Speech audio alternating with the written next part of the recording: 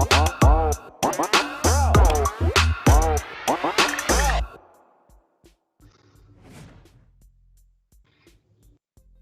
up, party people? It is the BMR NBA show, of course, live every Monday through Friday here at 12:30 Eastern Time, 9:30 a.m. Pacific.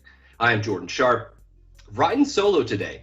A little bit of a solo trip down this beautiful Wednesday NBA slate. My guy, Junior Brown, he's got a little bit of business to take care of, but that doesn't mean that we can't tout our guy, Junior, because absolutely made the people a lot of money yesterday with his moneyline parlay. And the Milwaukee Bucks and, of course, the Miami Heat, both teams winning pretty easily, cashing that at about plus 160, plus 170, depending on where you got the odds to that one.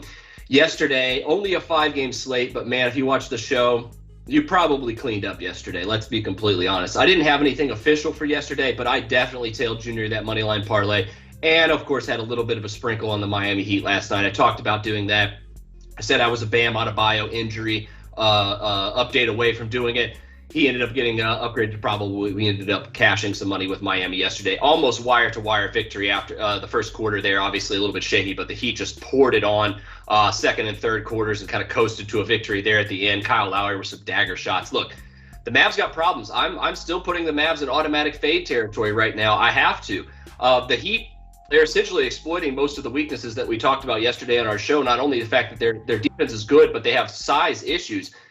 If you watch that game, the Heat were just throwing everything at the rim. Everything off pick and roll was a big lob, either to somebody cutting back door or Bam Adebayo. There were so many lobs towards the rim last night. I think that's probably going to be the game plan you see against this Mavericks team that's very undersized.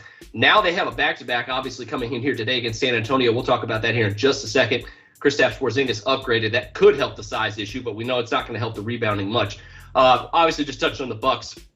Pistons probably the worst team in the league right now, folks. We just got to get used to them probably going to be one of those top 3 lottery picks. Still not going to be an auto fade team by any means because I think the spreads are going to reflect. Bucks were in a very similar spot, though. I touched on it yesterday as the Sixers were 2 nights ago without Embiid. You got the Bucks missing two or three starters.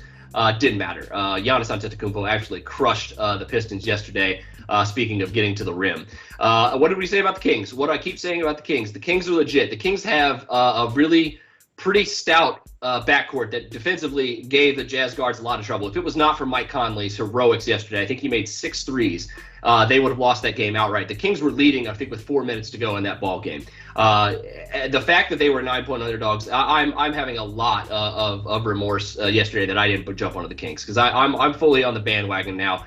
Davion Mitchell made Donovan Mitchell break his own ankle at one point in that game. Like that's how good this kid is. Let's stop disrespecting the Kings.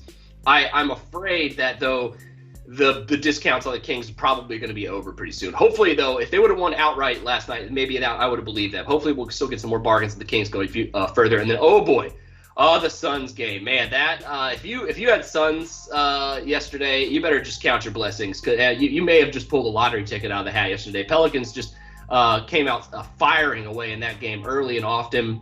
And then the Suns had to stage a 36-18 fourth quarter to end up coming back and win and cover that game. Absolutely emotional roller coaster, to say the least. Pelicans fought hard. I want to give Devontae Graham a lot of credit, obviously, and Valanciunas has been that trade with Steven Adams and Valanciunas for the Grizzlies and Pelicans absolutely worked out for both teams so far.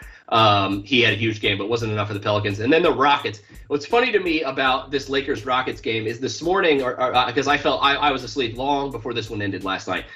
But the mainstream media outlets, Bleacher Report, I'm going to call out specifically, putting out these graphics that if you would have watched the game and didn't know the final score, you would have thought the Lakers would just absolutely crush the Rockets because they put Anthony Davis, a huge game, LeBron 30 and 10 assists, Westbrook had a huge game. They won the game by 2 points. They should have probably lost straight up.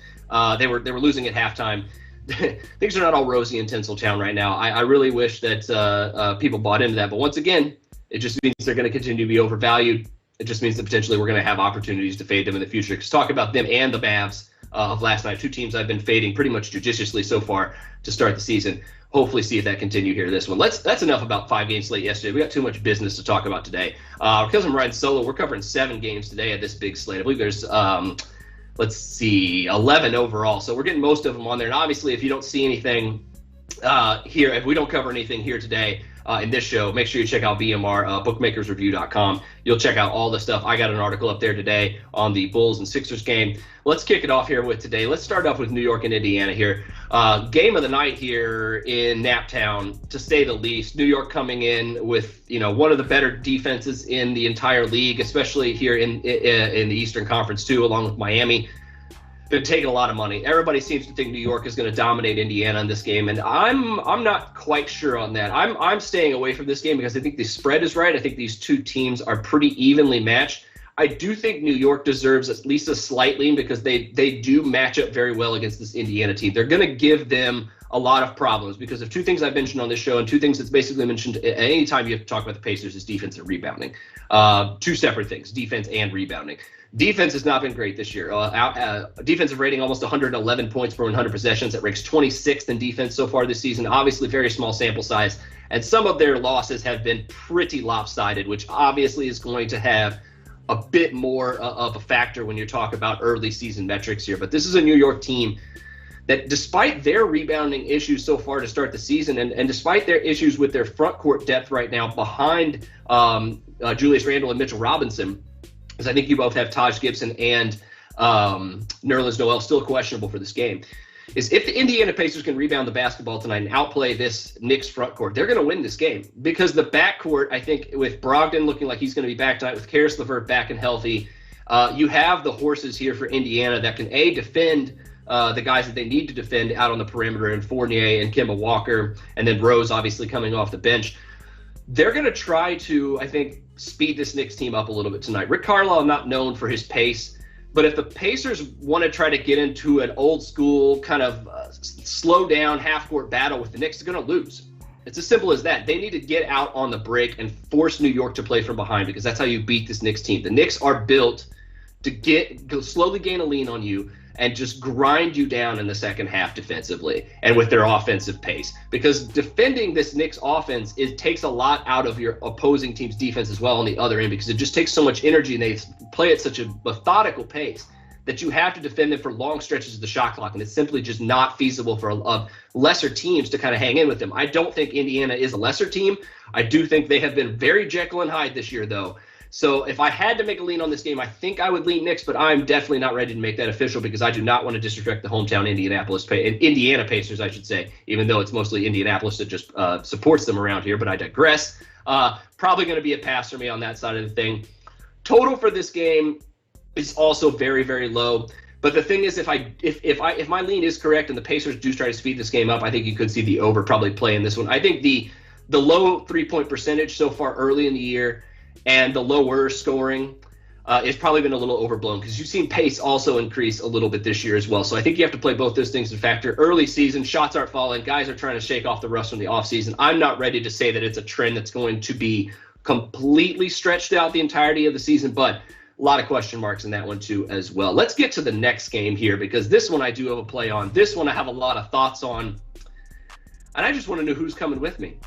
Who's coming with me tonight with the Chicago Bulls? Because that's the only play that I think worthwhile on this one at +2. I know they're on the road, and I know they lost their best defender recently in Patrick Williams. But this team presents some problems for Philadelphia, namely their guards. Tyrese Maxey can't guard Zach LaVine and DeMar DeRozan and Lonzo Ball all at the same time. It's just very much not feasible. I'd be very impressed. He should be MVP of the year if he could do that. But he's not going to be able to do that tonight. Danny Green's out, who would be the other kind of ancillary defender for this Bulls against this Bulls front court, I should say. And then you have Tobias Harris, their second leading scorer, out right now, which leaves them with not a whole lot of options offensively. And I think the Bulls coming in, who have been, I'm not going to say disrespected in the spread because they've seen a lot of juice. They've seen their fair share of juice, but they're not the type of team that I think is anywhere close to their peak. Their defense is good. They have gotten I've seen good stretches, especially against that Utah game where the Bulls have played absolutely amazing defense.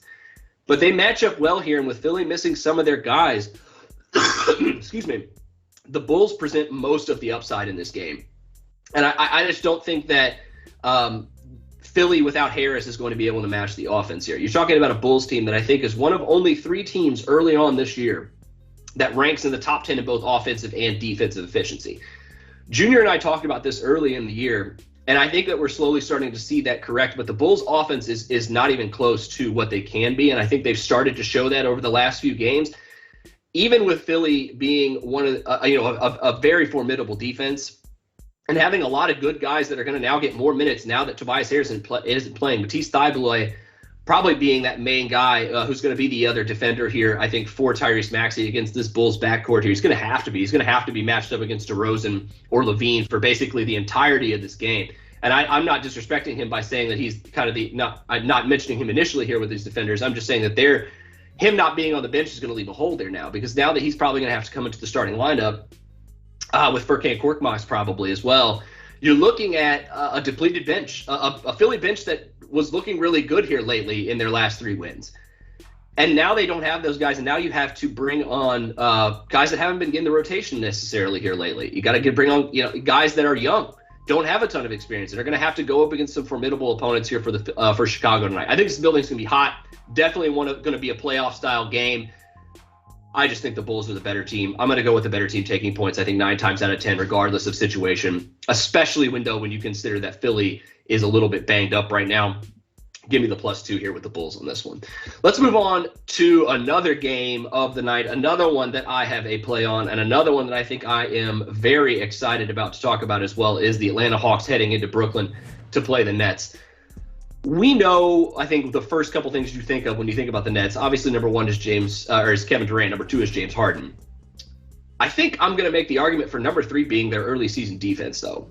Talk about a team that has not gotten a lot of credit on that end of the basketball court, and a team that now ranks in the top 10 in defensive rating hosts so far to start the year.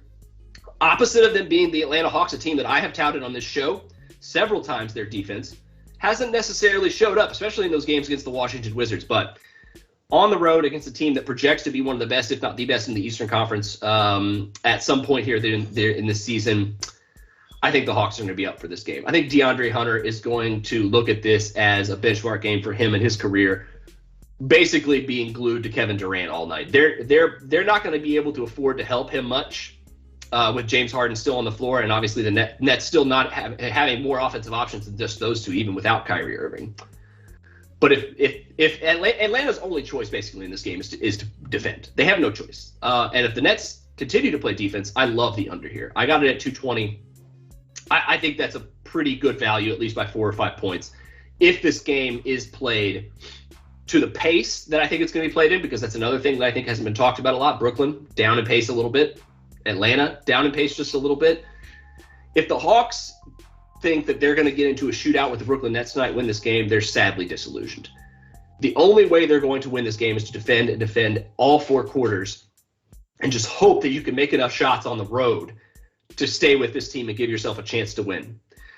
Because I think covering here really boils down to what style of game you think is going to be played here. If you think it's going to be a shootout, I think Brooklyn's the play. I think Brooklyn laying this only 5? Let's see what the spread is here. 5 points.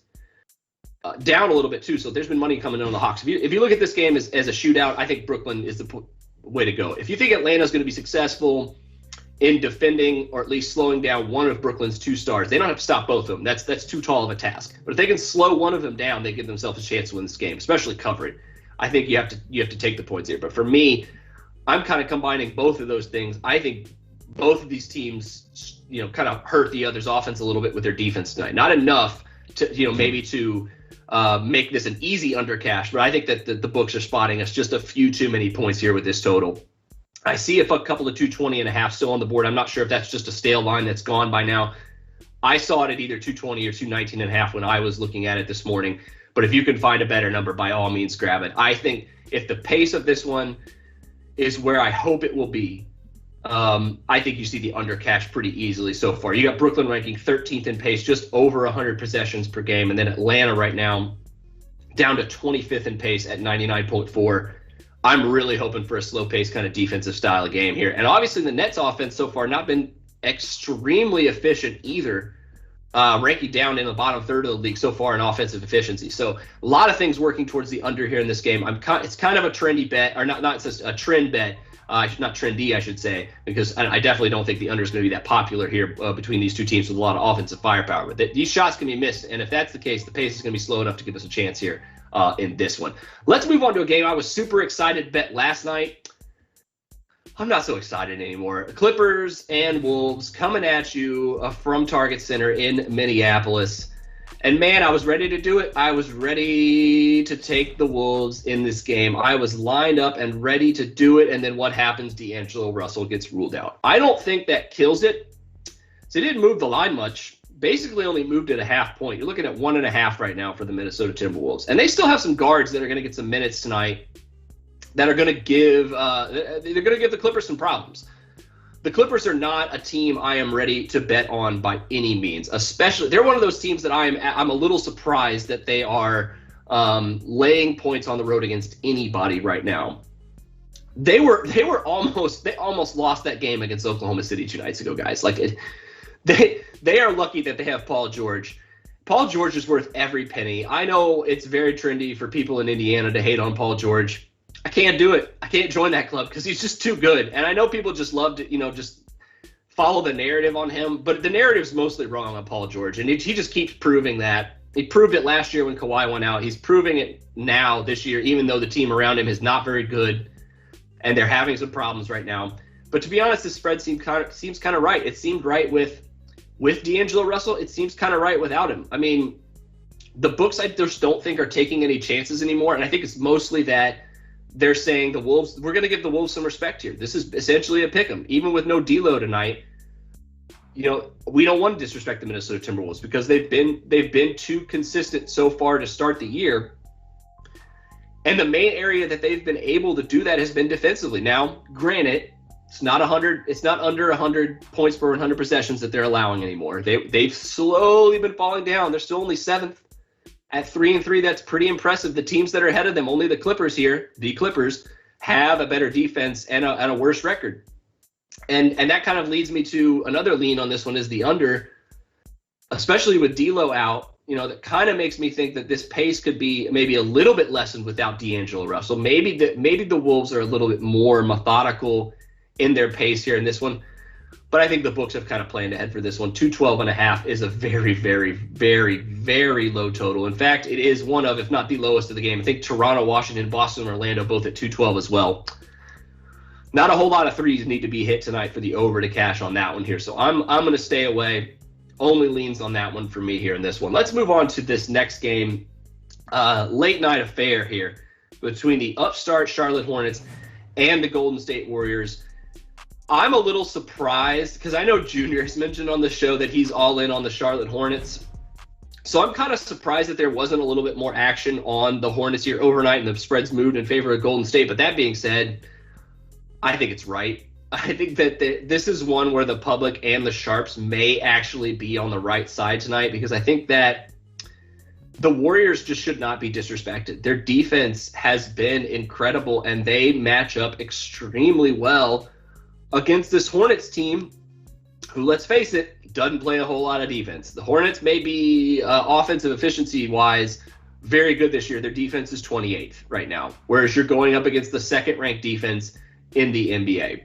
So I really wanted to bet the under here last night, and it seems like it's taken a little bit of steam here. But the fact that these two teams both play at the 3rd and 5th fastest pace so far this season is kind of the main thing keeping me off from that because I believe in the Warriors defense. They have guys that will defend you in their starting lineup. They have guys coming off in the 7th, 8th, 9th spot on their bench that will defend you. They have the ability to hide Steph Curry, who's kind of never been known as a real good defender. He gets some steals. He's got quick hands. It's not like he doesn't try defensively, but even at average, this Warriors team, I think, is still proving on the defensive end of the court, and I think they will continue to prove it here tonight. Why they're a championship contender. And we talked about this the first day of the season.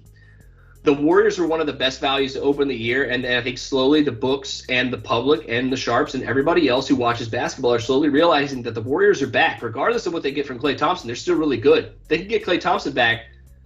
They're great. They're great again, folks. They're deep. They're talented. They have a great mixture of young talent and veteran leadership, and they have the best point guard in the world. No disrespect to the Charlotte Hornets, who I think are absolutely having a phenomenal season. I'm leaning Golden State Warriors here in this one all day. I don't think I could find myself betting anything else in this game, regardless of if I bet it or not. I got to be on the Warriors here. I think in this late night action, I'm going to watch this one. We're going to see how my 2 or 3 plays here in the earlier games go. I may actually jump on this Warriors -6 here. I just think that their defense alone gives them a chance to cover this game. If they're hitting shots and their offense has been kind of wishy-washy, they're hitting shots against this poor Charlotte Hornets defense, man, you could say goodnight. They're winning this by double figures here in this one. Excuse me. Let's move on to the next one. I'm going to jump around a little bit, go back to one of the earlier start games here. Another game that I was really excited to bet on until I think I started seeing the steam go the other way is the Blazers and the Cavaliers tonight. Talking about a Cleveland team opened as +3 and now are up to +5.5. And another one of these teams that, you know, despite what they've shown this year, and even the ups and the downs included, I still can't lay 2 possessions on the road with the Portland Trail Blazers here. The issue is, though, Cleveland was already getting faded in this game last night. It went from 3 to 4 this morning, and now it's up to 5.5 with the Lauri Markkanen news. Lauri Markkanen being out for this game. That's tough because, you know, he's been very good offensively for this team. And I think their big lineup has played to their advantage here, and not having that against Portland is probably going to hurt them enough to where they, you know, and this is what I wrote down about this game because I don't have a play on it, but essentially, if you're fading Portland tonight, you're betting on the Cavaliers, absolutely betting on the Cavaliers, but you're also betting on Damian Lillard still not being able to figure it out. But that's really the one thing missing from this Portland team that would make them cover this one, especially with the Markkanen news. You talk about like Damian Lillard just playing up to just close to Damian Lillard standards. They're going to cover this game easily on the road.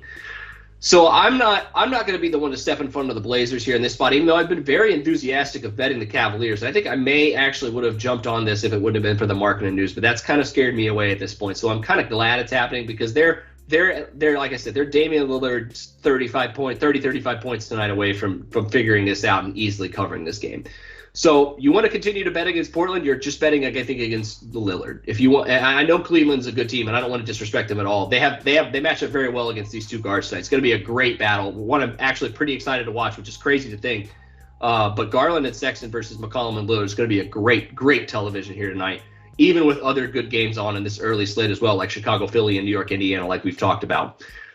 Still leaning towards the Cavs. Just moral of the story, not quite ready to jump in front of Damian Lillard potentially figuring it out here. But I do think the Cavs are getting some more respect, as they should be. Let's finish it off here with the team I love to fade, and I'm doing it again tonight. It's Dallas versus San Antonio. Dallas's offense already looks bad. I watched almost that entire game yesterday. And granted, let's give the Miami Heat some credit. Their defense is absolutely otherworldly. They turned it on to 11 in the second half of yesterday. But we have to not discount the problems that the Mavs, I think, are facing offensively, right? And I'm a broken record entirely here in this one, but they're not much else outside of Luka. And when he starts trying to play hero ball, good defensive teams are going to be able to prepare for that. And the San Antonio Spurs, I think, are in that category. You talk about Dallas here, they're 24th in offensive efficiency. They rank 28th in effective field goal percentage. And now you're telling me that they're going on the road against a somewhat disrespected, but not too much San Antonio Spurs team. And they're laying points on the second night of a back-to-back. People, it's not, I don't want to overthink this, but the Spurs are the play here. I got them at +1. If you can find even money on the money line, which I did see before the show at a couple shops, a lot of shops kind of have it at -105, -110. But there's no other bet for me that I am more excited about, I think, than the San Antonio Spurs here, because they're a team that's routinely kind of looked at as, oh yeah, they're meh, but they don't have a guy. I can't name a guy that's on Luka Doncic's level that they have.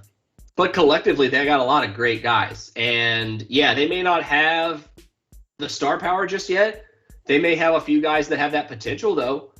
And they may be getting back a really good rotational player tonight in Doug McDermott, who's questionable, who's missed the last, I think, 3 games for them.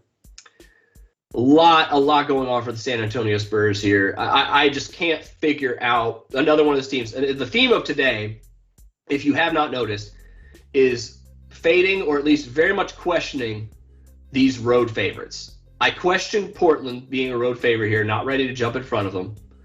I very much question the Clippers being road favorites and probably would have jumped in front of them if it weren't for the D'Angelo Russell news. Dallas, I'm absolutely jumping in front of here. A second night of a back-to-back on the road against a very good team, a team that's big. Jakob Poeltl's going to feast tonight. You talk about props. I know I haven't had a lot of time to talk about props yet because I'm just riding solo.